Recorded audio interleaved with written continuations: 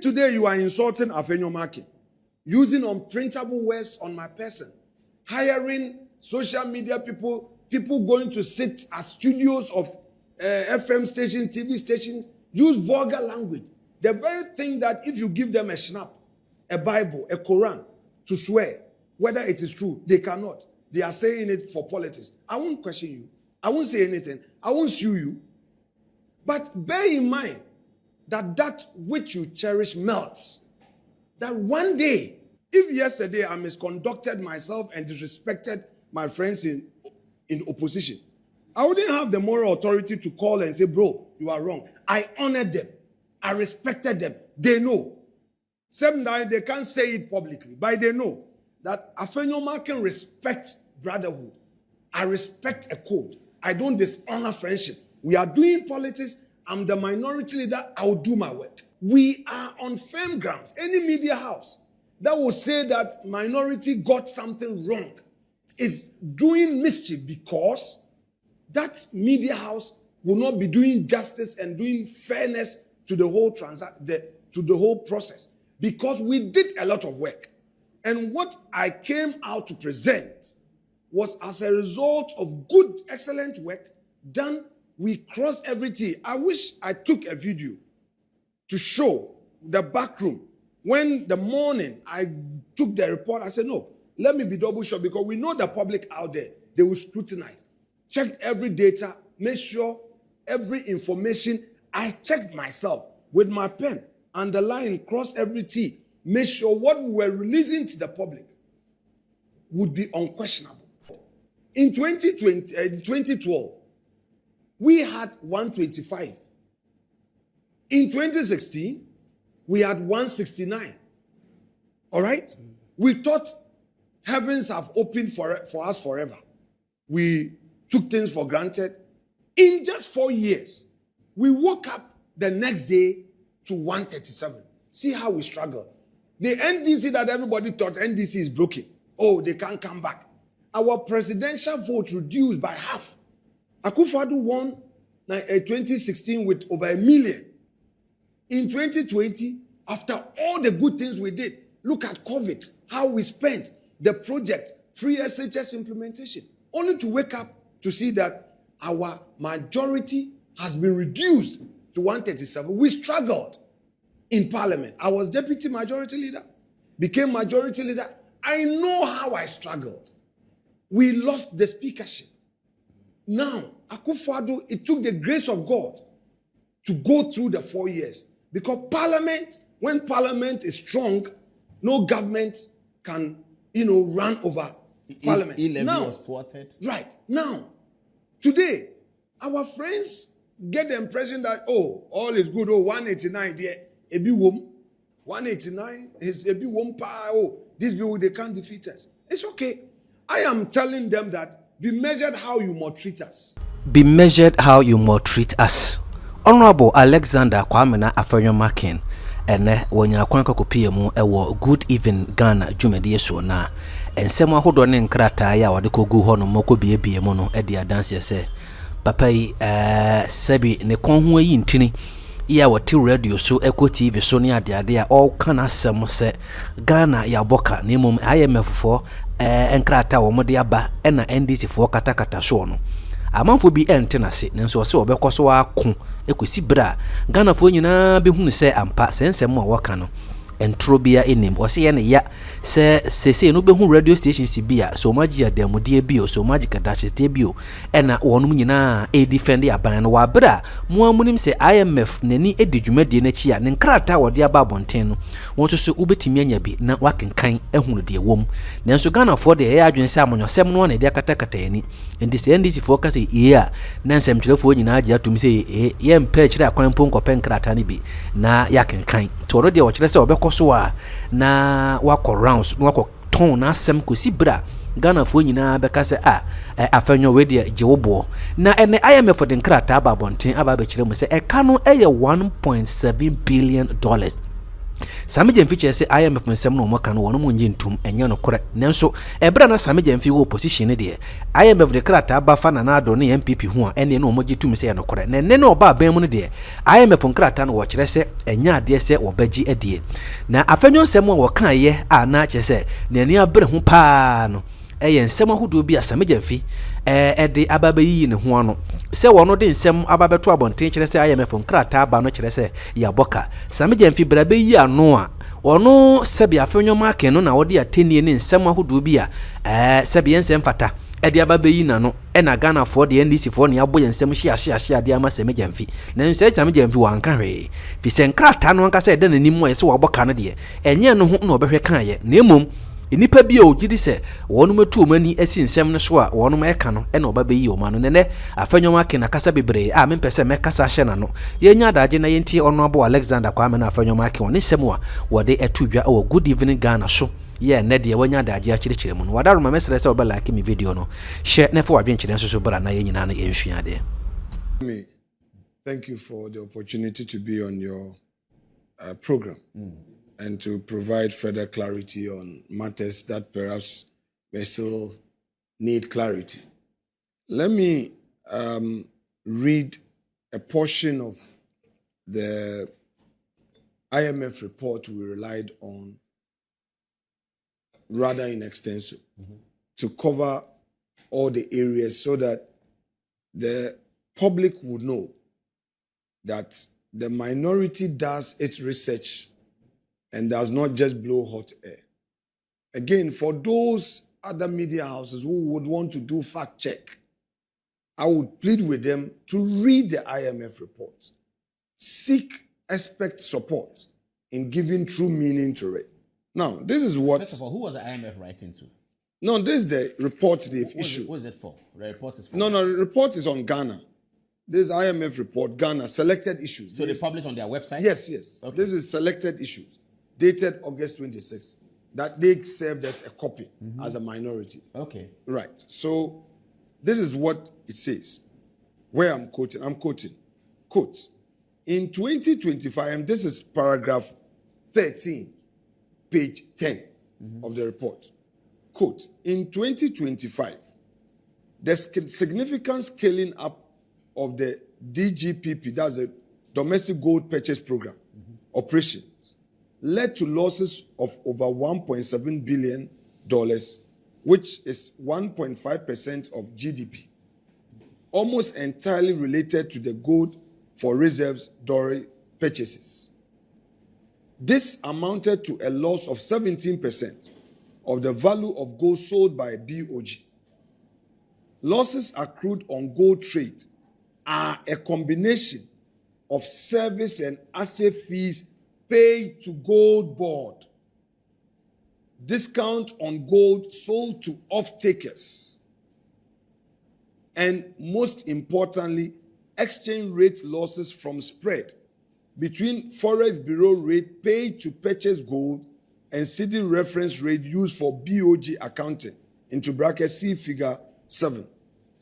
Now, it goes on to say, survey data suggests that Ghanaian artisanal gold mining, that ASGM, prices are among the highest in the region. These accounting losses partly reflect valuation effect rather than economic costs, but they still weaken the BOG balance sheet and imply transfer to recipient of FX at reference rate. I will stop there. Now, let me give you the breakdown. 1, the government has given an impression that there is always an economic cost to implementing a policy. I agree that there is always an economic cost. The Gold Board itself, in responding to us, argued that their activities have helped stabilize the city. That is what they said. Yeah. That they've sold so much gold and that has helped stabilize the city.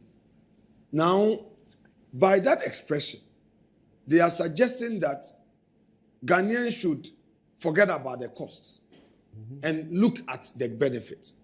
But what the IMF is saying that upon analysis of the whole transaction, the whole policy, the gaps they find, the loopholes, the weakness in the policy itself, okay, makes them conclude that the losses are as a result of some other inefficiencies. They mentioned some of It's them. there. Yes, that's the list they provided. Okay, take us through it. Oh, again, right. So they said exchange rate losses from the spread between Forex Bureau rate paid to purchase gold and the city reference rate used for BOG accounting. And What problem is that? What they are basically, Yeah. So you the buy analysis, from, you take the money from BOG in cedis. right? Then you buy dollar rates from the gold people. And then when they and they sell, say it's very expensive in the right. Okay, go on. So they are saying that these accounting losses partly reflect valuation effect rather than economic cost. I just want to stay there and make some explanation. You see, they've always argued that there's always an economic cost, which I say I concede. That in implementing any policy, Like free SHS. you would incur some cost. Yeah. But the IMF is indicting that, questioning that position, is indicting them by saying that these losses are not as a result of the economic cost that you want Ghanaians to believe. That yes, you are implementing, but at a cost. They are rather identifying that in the value chain of the transaction, certain challenges that you yourself, by way of your policy, you could not put in place to help you manage the whole program. The next point, the argument of the Gold Board chief executive is to the effect that these losses have nothing to do with Gold Board. Yes, he makes that point. Right. And that it's entirely the responsibility of Bank of Ghana. I would address both. One, it is factually inaccurate to argue that the losses are not attributable to Gold Board. Why do I say so? I draw my fortification from the report. In the report, the IMF says that losses accrued on gold trades are a combination of service and asset fees paid to Gold Board. So the losses are at that level because some money was paid to Gold Board for asset fees. This $1.7 billion amount is the losses that IMF identified in their audits, in their report, when the BOG itself opened its books. You know, these... So it's like an audit they are doing. Yes, virtually. And before they came out with their final report, they issued a draft report, which the government itself did not challenge. They don't just get up and issue this final report. So, on point one, the argument that the losses as registered in BOG books have nothing to do with Gold Board is inaccurate. That is not correct. Because the report itself is stating that these losses are as a result of the Gold Board asset fees paid to them. They paid Is it that to not them. a regular part of the business, paying What- the asset what are- fees what to are- the, what to the are- Gold Board person? That is not the argument. We, in our press statement, question the policy. All right? You see, sometimes maybe people listen to social media and then they don't get the exact facts. So they get emotional and start attacking. The minority's position in response to this was to the effect that government gold for reserve policy has failed. Two, their initial argument that there is always an economic cost to implementing policy is neither here nor there because the loopholes, the inherent challenges in the implementation of the policy itself, okay, leading to this report that IMF says that, look, you have incurred certain losses and these losses are not attributable to economic costs. It was your failure in policy. And we said that yes, although these losses are in the books of Bank of Ghana, the IMF itself is saying, yes, we've identified the losses in the books of Bank of Ghana, because Bank of Ghana, they audited.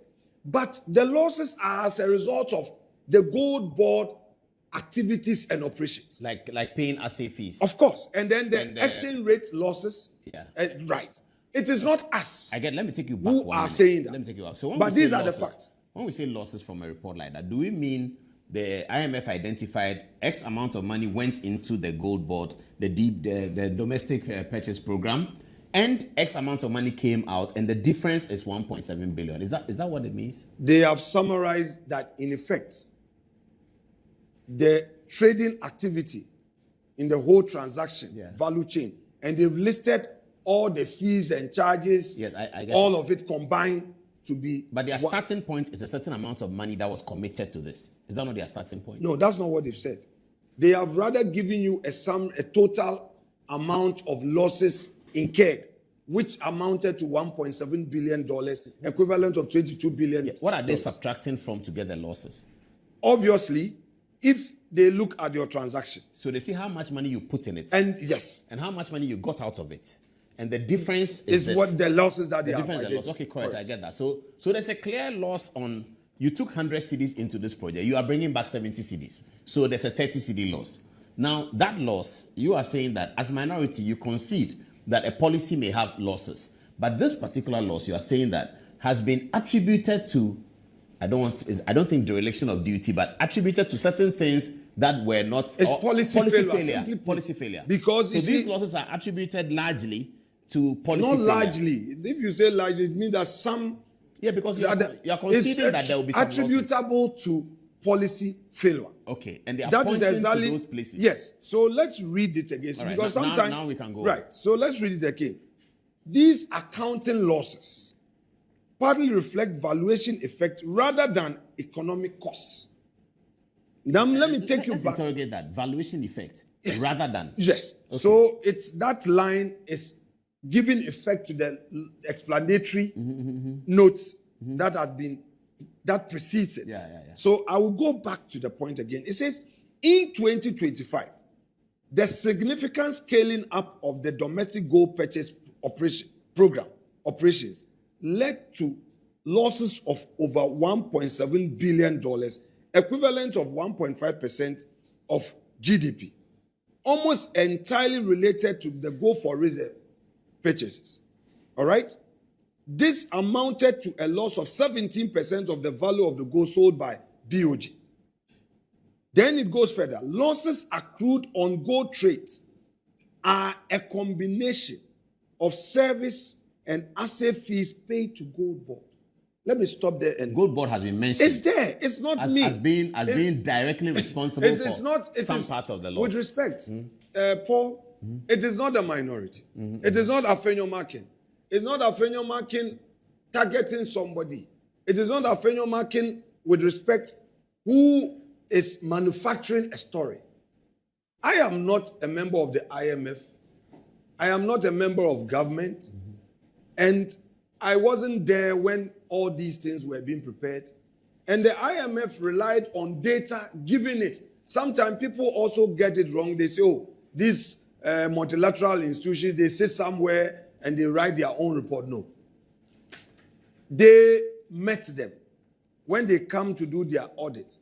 It is the report, the data that our own source supplies them, that they analyze and come out with their report. Two, when they are done with the report, they don't just issue it. They meet with government officials. They met with them. And then, they discuss the draft. Where the government has disagreement, government will say, no, this portion will disagree with you. So this report is a final product of consensus reached between the IMF and the government. So this has not come as a surprise to either Bank of Ghana or Ministry of Finance. Nobody should say that the minority is trying to make up a case. You see, you cannot be personal about this. It is a policy failure. And for us as opposition, we must relate this. Once the IMF says that these losses are attributable to the gold board operations and activities, we put out the fact. Now, granted without admitting, or let's say the losses are in the books of Bank of Ghana. Yeah. So Gold Board itself admit that these are losses, but it is not in their books. They said they don't sell. With respect, regardless, there are losses. Yes. All right? It's a financial loss to the states. You've not challenged it. What's the difference? You know, I argue the alter ego principle. The trading activity, which was done by Gold Board, was financed by Bank of Ghana. You nominated them as your agent. Who nominated who? The Gold Board. Nominated In Bank this of Ghana. context, Yeah. BOG was their agent. To sell. Of course. Okay. And then in the end, because the funds came from them, the accounting is recorded in their books. You say that it has nothing to do with you. But you are benefiting from the gains, and you say that you are surplus. And you are citing it in your audited account to tell the public that, oh, look at my audited account, it is clean. That's not the way it works. It's a two-way traffic. And that is why the IMF was clear that, yes, they identified the losses in the books of BOG, but they realized that the losses were as a result of activities undertaken on behalf of Gold Board. So, Paul, let me give it a very simple explanation. Somebody going into your books, your bank account, and realizing that you have a negative balance, but realizes that you issued a check to Mr. A, and that payment out of your account into his account is a credit. To him. To him. Then Mr. A, you are B, you are A, then Mr. B, you issued a check. Your account is reflecting a negative balance, right? Mr. B has received money from you. It's in positive, correct? Yeah. If Mr. B says that, oh, as for me, look at me, I have 100,000 cedis. Mr. B should tell you where he got that money from. Is it a loan? If it's a loan, is it a free money? If it's free money, tell us. Then we do the accounting and know that the source of that money is this. Is that correct? Then we can have a complete picture. But what Gold Board is telling us is that don't ask me questions. We shouldn't ask them questions about the trading activities. All they are interested in is that, look, as for them, they register surplus. As to what happened to BOG, they don't want to know. That is not right. Also, something like In any event, they themselves originally said, oh, it appears the IMF did not even understand the transaction. That was the response of the Gold Board chief executive earlier, that questioned the IMF's understanding of the transactions. But if you had questions, it is not us that you direct the questions at. You direct the questions at the IMF. You get the point. So I don't understand all these. Let me see whether another analogy will work before we go to the changing. 1 minute. Let me ask you, leader. So why we shouldn't bring them in, and that why some people are even saying that, oh, the minority did not get it right. I'm sure those people have not read. Let me do this analogy and see whether it fits with what you are saying. Maybe it's more simpler. So, like, Good Evening Ghana is Metro TV. So I go to Metro TV and I say, give me money, 10,000 cedis. I'm going to organize a program at British Council for Good Evening Ghana. Correct. I believe that people will attend the program. I'm charging 20 cedis. And if people attend the program, I'll get 20,000 cedis. I'll bring you back your 10,000. Then I go to the program and nothing happens. And I'm not able to pay Metro TV their 10,000. And then Metro TV has 10,000 losses. And then Metro TV say that this loss is because we financed Good Evening Ghana's program. And I say that, oh, it's not me. It's Metro TV who has lost the money. But you are the beneficiary. That's the kind of thing you are saying. Exactly so. Okay, I mean, so people can understand by extension. So why is the Bank of Ghana so quiet in all of this? And why didn't you mention the Bank of Ghana? In our full press statement, we read the report. It is those state agencies, except that we only amplified the position of IMF that related it to the Gold Board. That is what IMF said. We said what the minority said was exactly what I have just read to you. IMF says that we have identified losses of $1.7 billion in the books of BOG. But these losses are attributable to Gold Board. Simplicity. That's what we said. What else should we say? Oh, it's not a matter of you didn't mention this. You see? So Bank of Ghana does not only do Gold Board, they do many other things.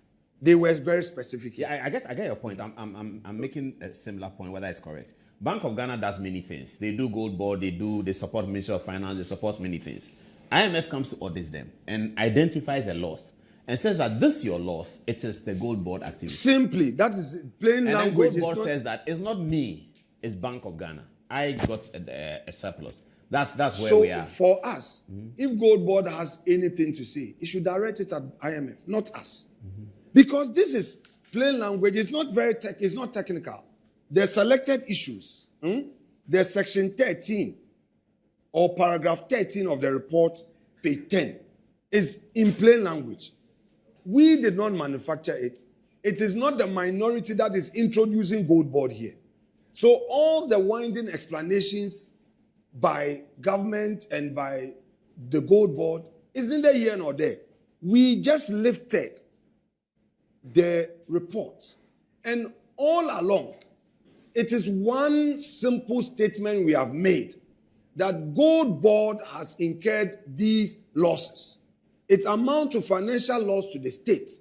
It is 1.9 billion USD, equivalent of 22 billion cedis, which we could have used to construct roads, build hospitals, schools, and even create fiscal space to employ more teachers and nurses.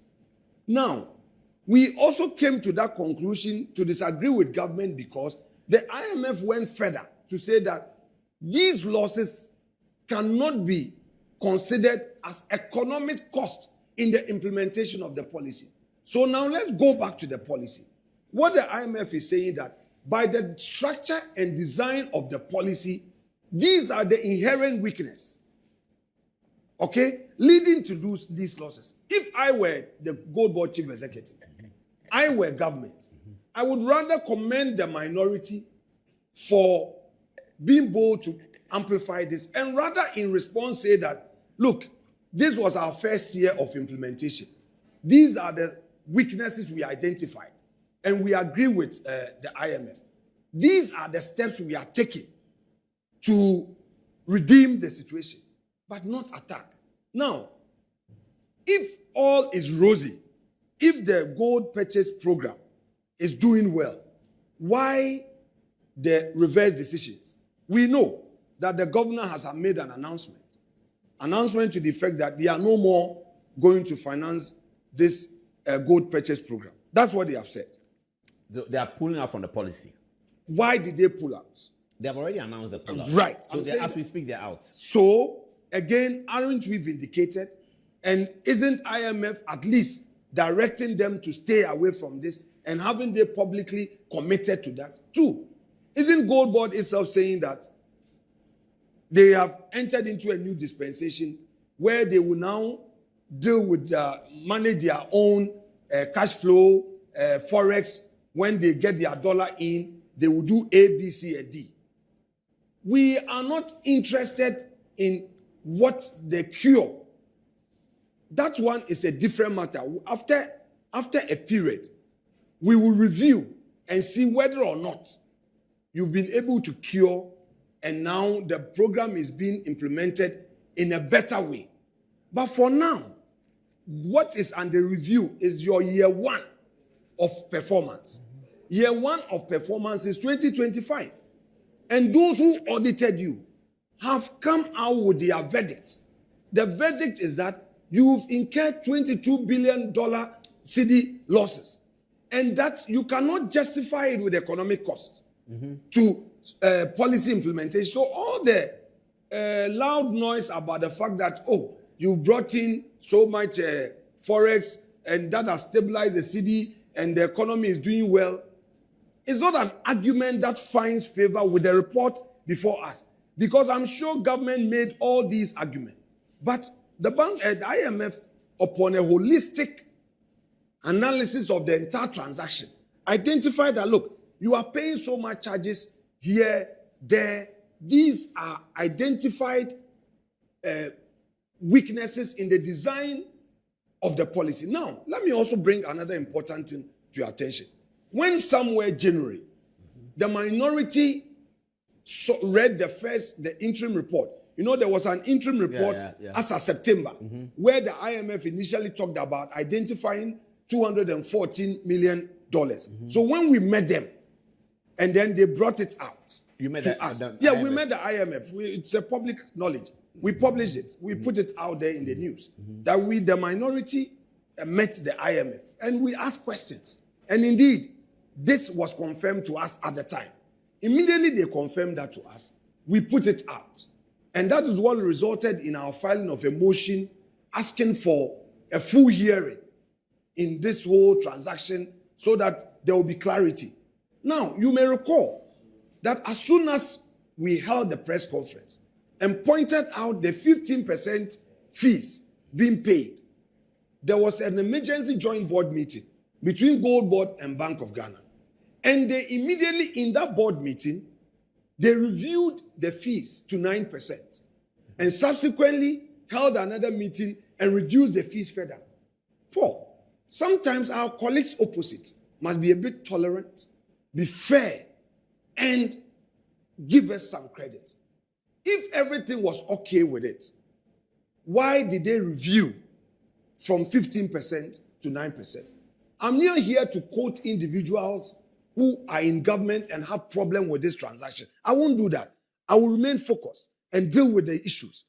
If they say we are making empty noise, we are blowing hot air, why did they further reduce the fees to 5% and now wait for the 2027 budget? What they are going to do is to say that they are now going to factor all these charges in the budget as costs to stay so that they bring an expenditure item on this matter. So instead of paying attention to the issue, they believe that going to the gutters is a way out. Paul, I want to say something by way of conclusion.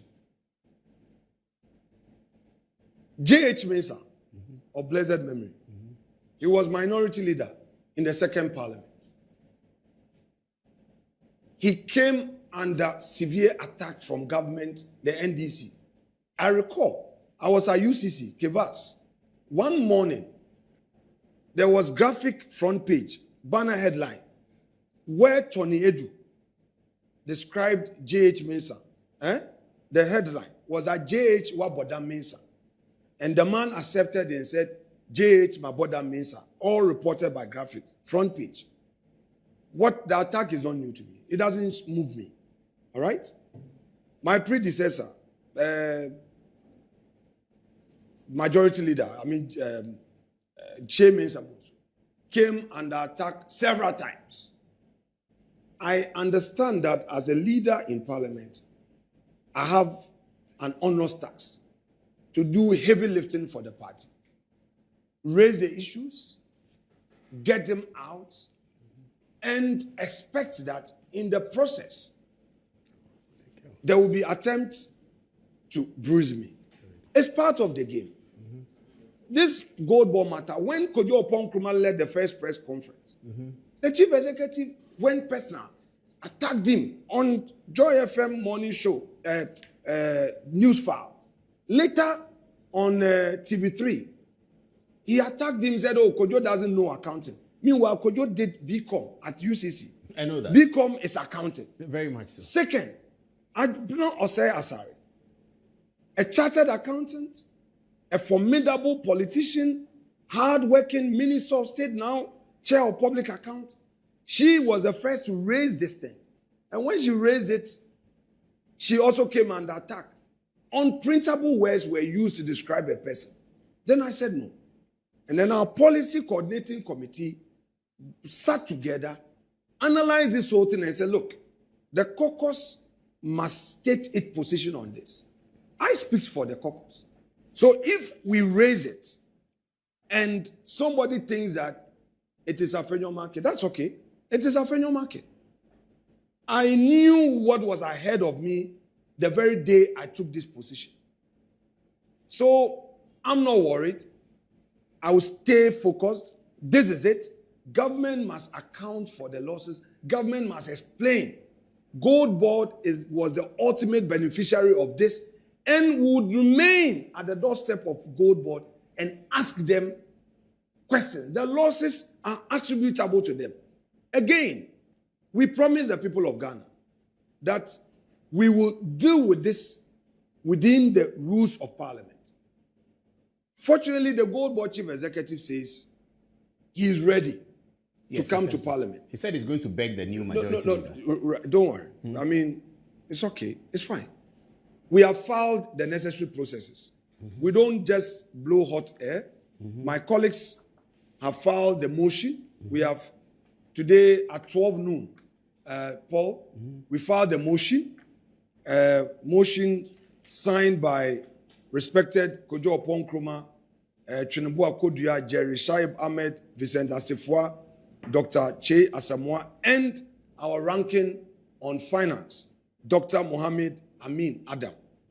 We have put forward our argument. All the documents are tied there too for Speaker who has the power of admissibility to determine admissibility. This is not different from the earlier one that we filed and same was voted. What's the motion asking for? It's asking for, maybe I should read the terms of the motion.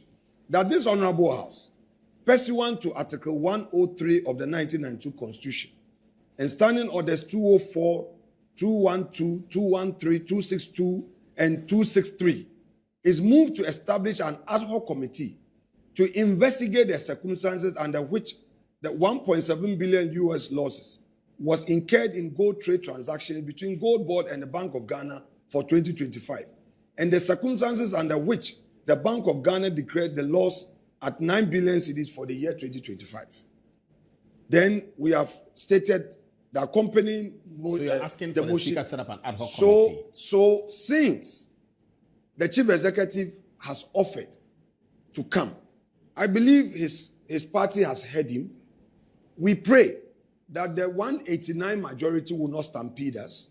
Is that what happened the first time? That is exactly what happened. They delayed. First of all, they delayed the motion for a long time. Each time we're going to take the motion, they will say they were not prepared. Eventually, after taking the motion, they whipped their numbers to vote against it. Fortunately, this time around, the Chief Executive says he would plead with his colleagues and the leader not to oppose. So it's good news for Democrats, isn't it? It is. Yeah. So we will carry this motion eventually, I pray. An ad hoc committee set up. So all the parties in the value chain of this 22 billion losses as reported would now come. All right? We would invite the aggregators. Gold Board must bring all its books. Because they said they are ready. BOG must come.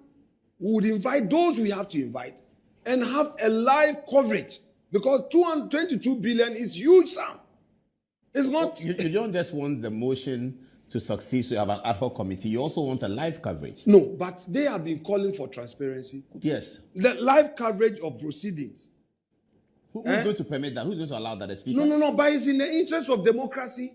I get that, but is it part of the motion to ask for a live coverage? No, we don't need to. It's consequential. It's consequential. And with the level of public interest in this matter, we can't go into some corner bar conclave and go and do this. There must be a live, so Ghanaians can hear for themselves. Can hear how much is being charged, who are the aggregators, how much went into them, the exchange rate losses, how much gold was shipped, who bought them, and all of that. BOG, the same data they gave to the IMF, they bring it before Parliament. Let's analyze everything. All right? If indeed, as they want us to believe, perhaps IMF did not do a good job, and IMF did not understand, and by extension, we also don't understand.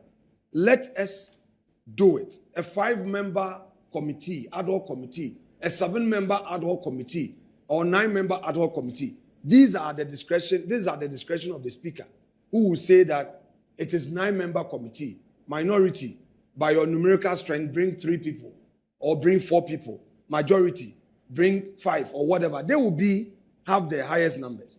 Then, before the cameras, Chief Executive Gold Board comes to make his case. Aggregators come and make your case. The various institutions that are involved, how they sold it, bring your books and all of that. And then parliamentarians, as part of their oversight, would then have the opportunity to analyze the whole policy. And we can do our report. The people of Ghana can judge. At that point, we'll be able to come to a conclusion whether or not there were decisions that could have been taken to prevent these losses. Then we'll determine whether or not indeed the policy failure as concluded by the IMF is indeed true. For now, we are relying on these losses to make these demands. We would come to a fair conclusion after we have interrogated the matter in a very transparent manner. And Paul, we have the expertise as minority. Our side will sit down and select those who understand this. We have them, okay? To face the institutions of state as part of the accountability process and demand it. And when we're done, everybody will know who is telling the truth. But for now, I expect all commentators to be fair to the truth. This is the only thing we are relying on. Nothing else. They should also read what we have read. And if anywhere in the report they claim that Gold Board is not connected to the losses, they should tell us. This is our source document. We've not said anything else. Simplicity. Let me come to or you have something Yes, to say? I have some further explanation on something. You see, again, I noticed that in the submission of the Gold Board Chief Executive, he argued that there are other players in the domestic gold purchase program. That can't be true. The reason is very simple. In the legislation establishing Gold Board, the law conferred upon it a complete monopoly, exclusivity in the purchase of artisanal gold. Yeah. So it is both a buyer and a regulator. So the law conferred upon it the power to regulate the entire sector. And automatically buy all. And also to buy all. So if you argue that there are other players, it can't be true. He said that in his press conference? Yes, and this is actually captured.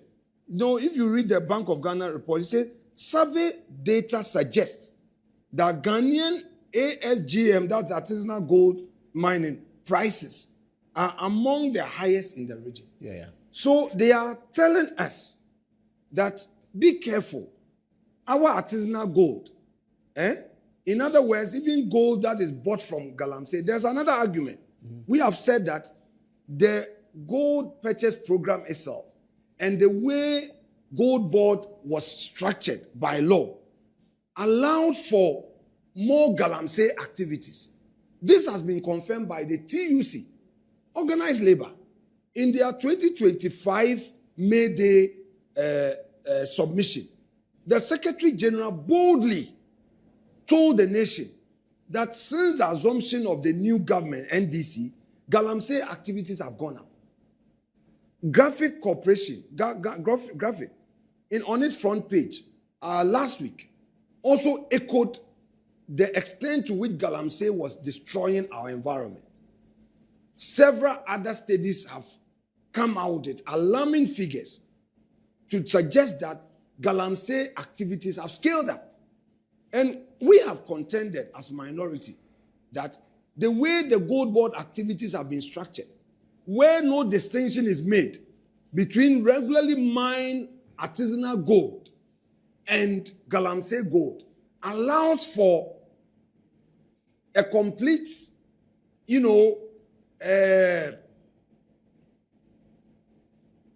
increase in the Galamsey activity, such that Gold Board appears to be desperate for gold. You give money to aggregators, the aggregators get into the forest, get into the bush, get to the riverside, all they demand, we want gold. The aggregators do not come and tell Gold Board that Gold Board, we got this from Galamseyers. We got this from regularly artisanal miners. What they bring, you pay. Gold Board does not have a regulation. And this was one of the things we raised in Parliament. And they didn't mind us. They passed the bill at midnight. You see, I said in Parliament that our friends in the majority should not take us for granted. Paul, I can say that my colleagues, the 87 of us, research is what we do. From day one, all the trainings we had, the clear position we took was that, look, we don't have the numbers. Let's do research. So that when we are arguing, we'll be well fortified. That is what we've all been doing. And we don't just come out and speak. That is one of the things that make us stand firm, unsoiled, and unshakable. So when I'm talking, I know I am on solid foundation. Before a statement like this comes out, it goes through a process. Our flag bearer would have to look at it. There's a tripod. The flag bearer's office, made up of experts, would have to look at it. The party machinery, with its directorates, with experts, look at it. And we, the caucus, have our colleagues. There are various platforms we debate. Somebody will go, check this data, check this, add that. So we don't just get up and come out and speak anyhow. Because MPP is a conservative party, very careful about its image. It wouldn't want to go out there and somebody will say, fact check, minority is wrong. Anybody who dares to come out to say we are wrong is himself doing mischief. And I submit, because we are on firm grounds. Any media house that will say that minority got something wrong is doing mischief, because that media house will not be doing justice and doing fairness to the whole to the whole process, because we did a lot of work. And what I came out to present was as a result of good, excellent work done. We crossed everything. I wish I took a video to show the back room. When the morning I took the report, I said, no, let me be double sure, because we know the public out there, they will scrutinize. Checked every data, made sure every information. I checked myself with my pen, underline, cross every T, made sure what we were releasing to the public would be unquestionable. So we are not lazy politicians who, because of partisan convenience, will come out there and throw things. We won't do that. I won't risk it. Let me conclude with something that the Gold Board Chief Executive said. His own report. You see, he was telling Ghanaians that, Auditor General has done audit. Yes. And everything is clean. Everything. They have surplus. Oh, don't worry. I mean, a book no lie. Mm-hmm. Page 11 of the report that he showed to the public. The one he was relying upon. That is correct. Auditor General. That is correct. Mm-hmm. Let's read page 11.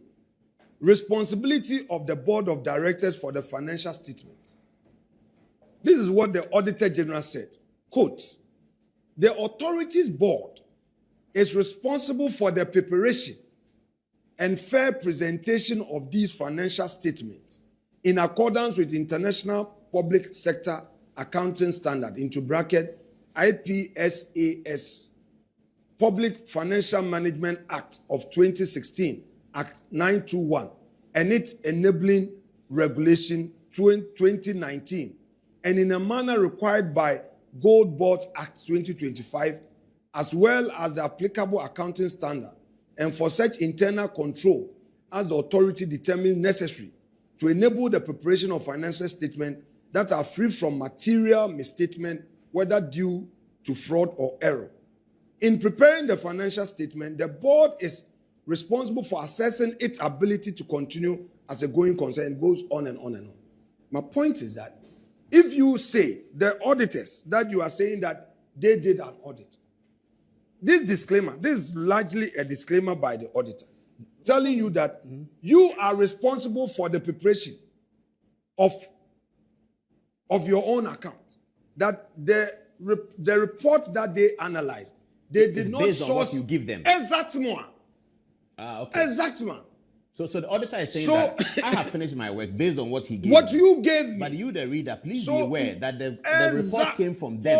Paul, it is good to read, oh. But is it not a standard audit practice? No, I'm saying that.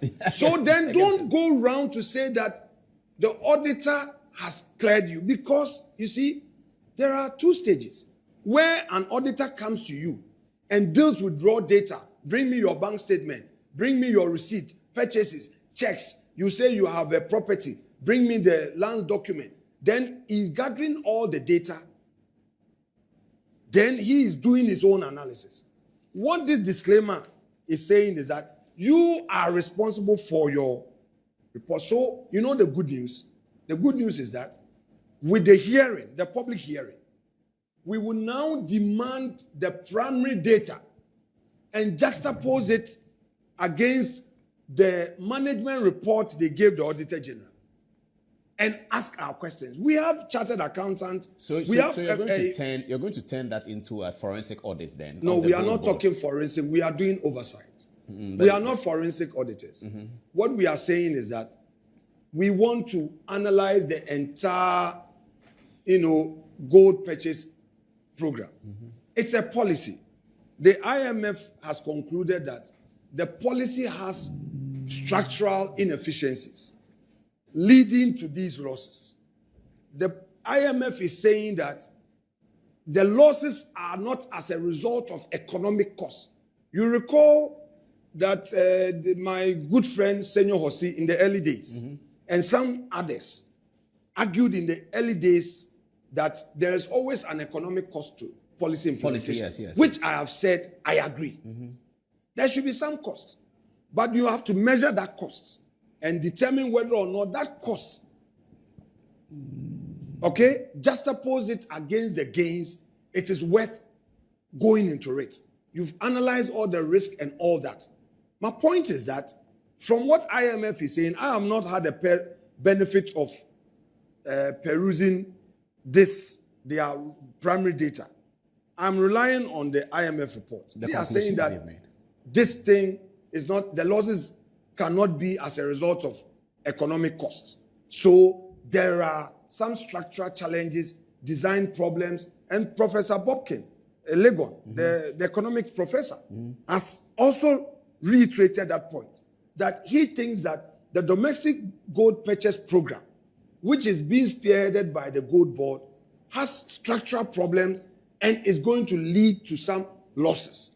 And if they don't redesign the program and make it viable, it's going to lead us nowhere. They are denying that. So I believe that once Gold Board itself has agreed that there is a need for a transparent oversight by Parliament, and I believe that as he spoke, the majority in Parliament have heard him. The last time we were stampeded. We pray that this time there will be no numerical stampeding, where they say they are 189, they whip all of them to deny us the 87th opportunity to go into the books. So we are going to interrogate this, ask questions about the surplus, ask questions about why 2 days to the end of year, they now got the 4-point-something billion cedis. What has happened to it, how that was used, what were the gains, etc., etc. And the Ghanaian people will come to a fair conclusion. We are committed to that. Now let me come to the question I was asking. The issue. You see, I said it on a very lighter note, but I also mean it. Let me explain again. We are dealing with losses. Once the state incurs a loss in implementing a policy, it is a financial loss to the state. And somebody would have to be responsible for decisions taken there too. Now, I wasn't directly attacking anybody, all right? I was rather stating the fact that, look, today, you in NDC, a lot of my colleagues are under investigation. A lot of former appointees are under investigation. Some of them, as a leader, I know, they say, oh, he took a certain decision, the board approved some transaction, and then there's a loss of some 5 million, 10 million, and all of that. I know. Some of them are worried. It's not a crime they've committed, but the state is investigating certain activities leading to losses. They go to Yoko, and then they are made to post very onerous bail. Some of them, they say, bring 50 million, bring property worth 100 million, and they sleep in Yoko for days. I was only drawing their attention that, colleagues, you are in government. Bear in mind that you will make mistakes. It's natural. You are human. In governance, there is no perfection. However hard you try, you will make some mistakes. There will be some decisions you may mean well, but in the end, something may go bad. So think about a china, so that if tomorrow somebody picks something and say, hey, 22 billion, and the state is asking you questions, then they say, okay, yesterday you demanded bail of a certain magnitude, so you should also go and bring 22 billion. I was just, I get it, saying it on a lighter note, but not to specifically somebody has committed a crime. I have to be fair. We have not done. You are not alleging that. We are no. I would be fair, my brother. I would be fair.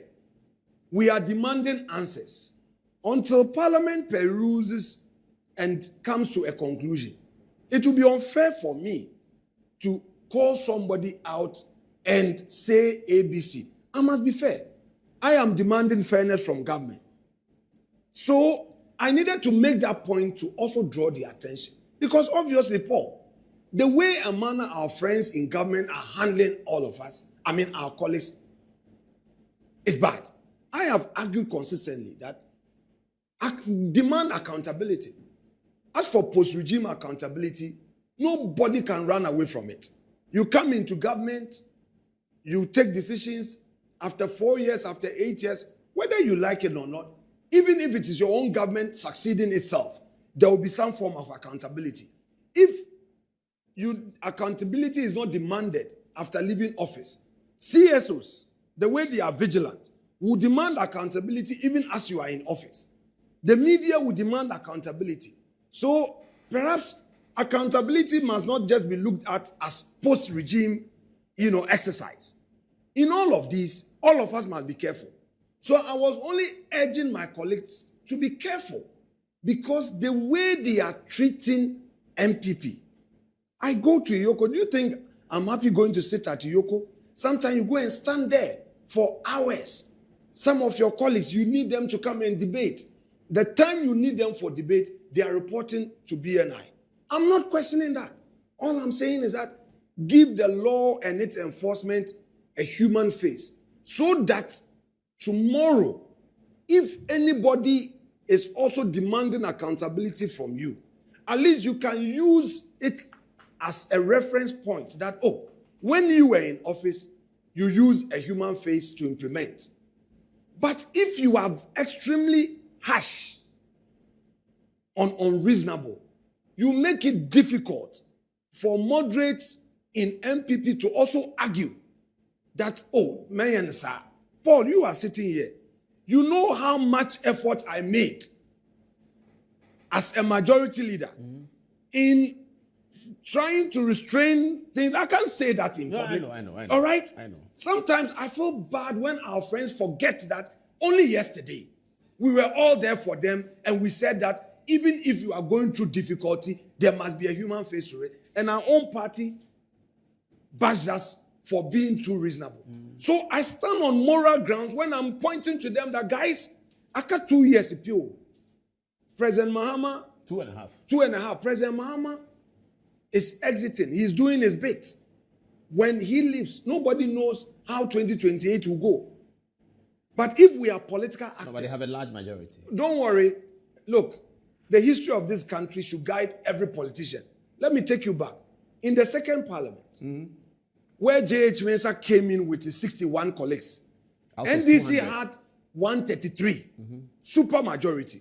This is not the first time they are smelling super majority. In just 4 years, the election that brought Kufo, MPP turned its minority into majority. We had 102. Put that aside. Fast forward. In 2012, we had 125. In 2016, we had 169. All right? We thought heavens have opened for us forever. We took things for granted. In just 4 years, we woke up the next day to 137. See how we struggled. The NDC that everybody thought NDC is broken. Oh, they can't come back. Our presidential vote reduced by half. Akufo-Addo won 2016 with over 1 million. In 2020, after all the good things we did, look at COVID, how we spent, the project, free SHS implementation, only to wake up to see that our majority has been reduced to 137. We struggled in parliament. I was deputy majority leader, became majority leader. I know how I struggled. We lost the speakership. Now, Akufo-Addo, it took the grace of God to go through the 4 years. Because parliament, when parliament is strong, no government can, run over parliament. Now, was thwarted. Right. Now, today, our friends get the impression that, all is good. 189 there. Ebi wom. 189 is ebi wom pa. These people, they can't defeat us. It's okay. I am telling them that be measured how you maltreat us. If today you are insulting Afenyo market, using unprintable words on my person, hiring social media people going to sit at studios of FM stations, TV stations, use vulgar language. The very thing that if you give them a snap, a Bible, a Quran to swear, whether it is true, they cannot. They are saying it for politics. I won't question you. I won't say anything. I won't sue you. But bear in mind that which you cherish melts. That one day, that is why in a noble society that I'm familiar with, it says that though distinctions amongst men exist to preserve subordination, ought no eminence of situation make you forget that we are brothers. For he who is placed at the lowest ebb of fortune's wheel is equally entitled to our regard. As a time will come, the wisest of men knows not how soon, when all distinctions, save those of goodness and mercy, a virtue, shall cease, and death, the grand leveler of all human, I lost the line, shall reduce us to the same state. Now, today you are in office. If yesterday I misconducted myself and disrespected my friends in opposition, I wouldn't have the moral authority to call and say, bro, you are wrong. I honored them. I respected them. They know.